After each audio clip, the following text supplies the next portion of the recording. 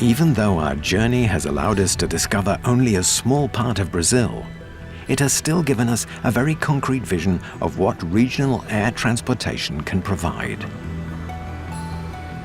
What if each day that these aircraft fulfill their missions across Brazil, it is much more than just passengers that they carry?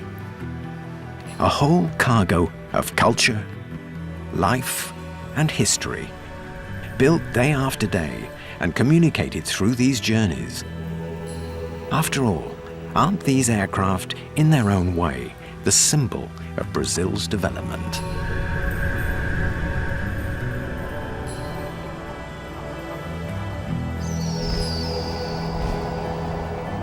Willingness shortens paths, says an old Brazilian proverb.